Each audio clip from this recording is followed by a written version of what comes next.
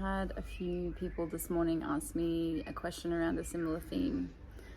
So when if you think about rebirthing or any kind of growth in any way, spiritual growth, emotional growth, it's all similar.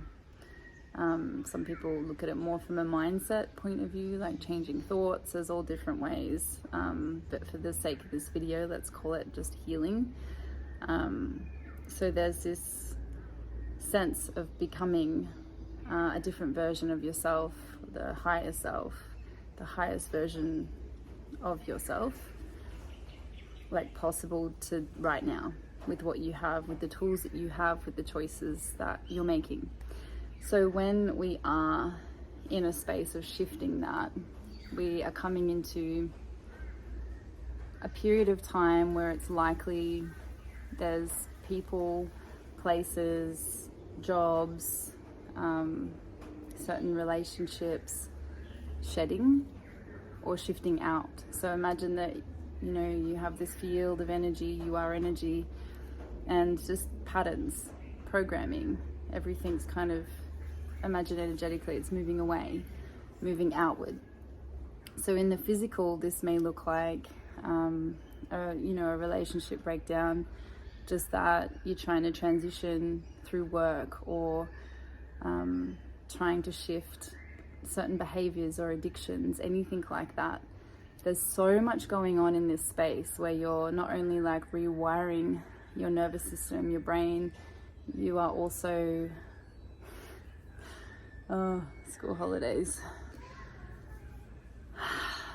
Pause. So we're shifting, I don't know where I was up to then, shifting from the old to the new. Anyone that is parenting, trying to work and do all the things these school holidays, permission to not have to do it all, because sometimes it's fucking hard. This is the focus needed. So when we're shifting behavior patterns, addictions, all those things, right, we are changing our reality. Sometimes people in our reality, places, jobs, anything that are no longer serving what we're shifting, will start to do it in its own way. It's like, if you think about the law of attraction, if you think about your thoughts creating your reality, any which way that you think about it, it's all energy. It's all going to be shifting and working for you. The thing is, when we're in this space, we feel like it's working against us because it feels hard and uncomfortable. And there's fear of the unknown because we're human. But this is meant to be happening for us wherever we are right now. Imagine that you chose it before you came here. And so in some way, there should be rightness to whatever you're sensing. So if you really sit with it, if you press pause, take a few breaths, and like, okay, well, if I leave, or if I shift, if I change, whatever the word is, if I quit, whatever it is, that if there's rightness to it, you're going to feel relief. The physical body, the nervous system, everything will feel okay on a level. There'll be some level where there's okayness to it. It won't be heavy. It's when you keep repeating the loop, repeating the cycle, showing up at that job, not saying anything to your partner, not being in your truth. All those things, heavy, heavy, heavy, because the energy you're suppressing. And so body language down, tight chest, all these things coming in, going in. So you're shrinking small. So when we're shedding, that shrinking can happen because we're actually like contracting and expanding through our nervous system as we shift these things. When we're shedding, when the old is leaving, we want to sometimes grab onto it because it's known, it's familiar, and there's a sense of safety with it. But it can be a very false sense of safety. Just because you know it doesn't mean that it's good for you. So it's bringing discernment into it. So while we are shedding these things, being like, okay, I choose not to do this. This is my choice, and I'm in my truth when I'm choosing it. And so as you stay in your lane, whatever's not meant for you will simply drop off. You will feel like sometimes you're in a different reality. Sometimes the timelines, if you jump, too far, nothing resonates anymore, and everything that you see mirrored back to you can be very jarring because you're now seeing it from a different perspective, a different lens. And it's to have compassion and to be gentle through those shifts, which actually serve us the most, not panicking, stressing, going back to it. It builds resilience to the body, to the mind, to just flexing that trust muscle to the self, to the inner child. There's so much to not holding on, but it's extremely alarming to some parts of us to simply be in that space of trust. And this is not a bypassy surrender and trust. This is you're doing it for the right reasons. You're aligning to your truth. Trust in that. Don't trust in handing it all over and expecting things just to show up on your doorstep. That can happen if you're in alignment. But when you're finding your alignment, it's important to be very intentional, very specific, get clear. So when you reach your own capacity, whether it be with feeling stressed, too many emotions, too much change all at once, it can really amplify and show you the old patterns, really. And so when you're in that, I know school holidays, there's a lot of stuff that I normally have capacity to do, which has been lowered because I've got other jobs that come first in this week. And so to feel, if I were to do it all, which I was still trying, I was still in that cycle, I had to catch myself, and I felt so much pressure.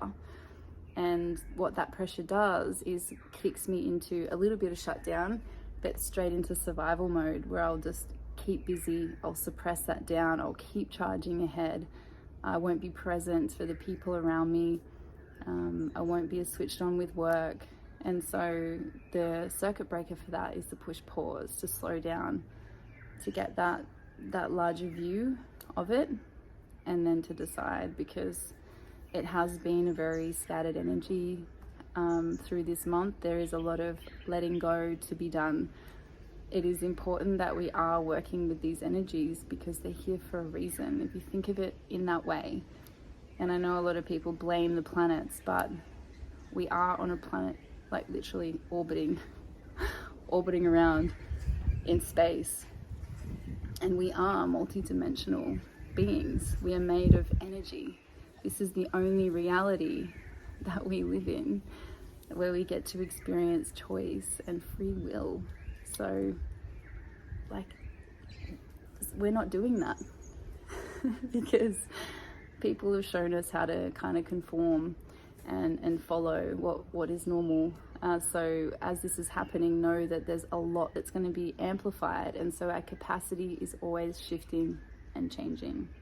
The amount that we can help other people is always shifting and changing. The amount we can exercise, the amount that we can speak our truth, the amount that we can do personal development, the amount of all that stuff is very dependent on so many factors: support, the environment, the people we have around us, what's going on internally, with our bodies. Sickness can throw you off, even just being a woman on your cycle, just stress in general, anything that lowers that capacity. You can't just find one balance and simply stay there. It's like right now asking us to really zoom out and see the bigger picture here. The next part of this, of what comes in, is when you're shifting to the new, and things from the old will always want to jump in, knock on the door and pull you back. Sometimes these people, these situations, they don't want this version of you to exist. Maybe because they're not ready to let you go. Maybe because their own wounding is playing out. And so if we can't have an open, honest, conscious relationship with whatever this thing is, for it to know and for it to be done with ease and grace, there's likely to be triggering, wounding emotions involved in this separation, or this shedding, this letting go, this energy that's shifting and transforming and transmuting as it gets to newness. Not everyone can come with you on this ride.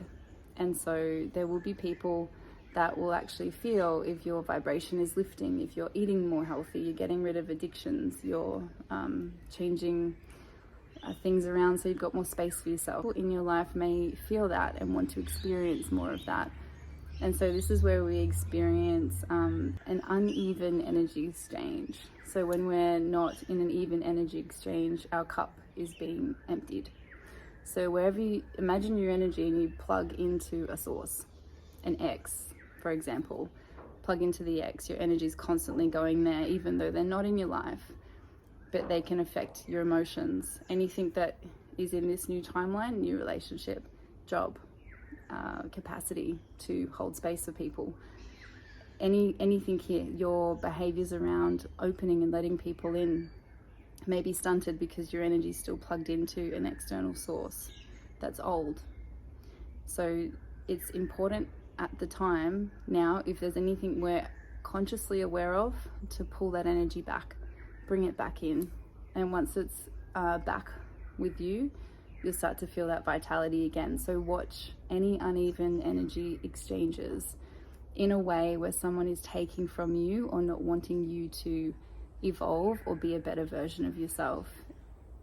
I also want to add that it more than likely, if it's someone that you love or cares for you, it can be unconscious. But yes, it can come from people close to you, family, loved ones. I get distracted so easily at the moment. Focus feels like an important thing for me today. So hopefully this is all somehow making sense, especially to the people that were asking me these questions. I wanted to bring it out just because I know there's so many people actually going through this at the moment. So it's literally like you're birthing a new version of yourself, which is a good thing, which can be an exciting thing. But yes, it's going to feel uncomfortable. It's called inner work for a reason. It's work. Relationships are work. If you think that relationships and inner work is all love and light and fluffy, I think there needs to be a reality check with that. There's going to be an amplification, I feel, coming up of people who are bypassing the work. So you meet people that say things and aren't following through with the doing or with the action. And it creates this inauthenticity through people. So if you are really focusing, being disciplined to practices, to tuning into yourself, to clearing whatever's showing up for you, then you are going to notice inauthenticity straight away. So trust and discern what you're feeling. If your body, your energy feels light and good and recharged, your cup feels full after experiencing a person or a situation, go ahead. Your energy likes that. If you feel depleted, drained, used, tired, anything like that after an encounter with something or someone, your energy is saying no to that thing. So listen in a different space. If you're used to being in the mind, oh, but we've been friends for 10 years. Oh, but I'm changing and it's kind of my fault because I'm leading, I'm asking for this evolution. Whatever it is, like, if you keep it almost black and white, you're changing, you're clearing, you're wanting to evolve. It is your choice. It is your free will. You cannot make other people do inner work. You cannot change your external. All you can do is shift it from within yourself. So hopefully that made sense. Having multiple inner reflections as I do this, actually. And then a question that I liked at the end, this is the last one, by the way. Why this month? And why is the change all linked with relationship? That was kind of the question, patterns in relationships. And so all I can really do is go off my own sense of the energy, but there are planetary things at play, and we are humans, and to think that this is it, It's just our planet. It's just people in skin suits, and there's lots of things I could say right now. So scattered. Totally just forgot what I was saying. So I'll just finish with around patterns. Whatever patterns are showing up for you right now is where your work needs to be done. So we're in alignment with planets. It's we're in Aries. It's a very direct. It's a leadership kind of energy with Aries. It's forward, and so this is how it's happening fast. So if you're feeling like there's a lot all at once, it's because there is. And if you look at the eclipse coming up, it's like the 19th, and then there's Chiron at the end of the month. So basically, we are in this huge shedding if we allow it. Yes, we can block it. Yes, we can turn the other way. We don't have to do the work around this, but this is the time to do it if you're going to do it. And I just wanted to encourage that. Stay focused. There's going to be a lot of stuff trying to pull you off your path, and a lot of people that unconsciously or consciously won't want you to grow. But if it's in alignment to you, be in your truth, let it go. If it's meant to come around again, it definitely will. But this is a beautiful practice that we get to be in, and a beautiful time of the year to be shedding, to be cleansing, whether it's cleaning out the house, like giving away items you no longer need, really looking at the people that you spend your time with. Your energy starts to, Kookaburra, your energy starts to resonate what you're doing and creating from within yourself. And so the more you can just keep growing inward, clearing intentionally and purposefully things that are going to serve you. It's like you're think of it like setting yourself up for what you want, what you truly desire. Whatever you've been calling in has actually created the shedding. So if you've been secretly wanting change or kind of over this relationship, it's going to be shifting and changing itself for you, because you've been feeling it, thinking it, dreaming it, probably manifesting it even on a subconscious level. And so we have to bring awareness to this month, and bring awareness to that shedding and being it fully. So yeah, hopefully that makes sense to some people, and you're not alone in it either. It's definitely been a really hard, fast month of growth and change. And if you're in it, if you're centered, you will notice everything around you really shifting right now. You're creating a new reality from within yourself. So shift the awareness there. Sending much love.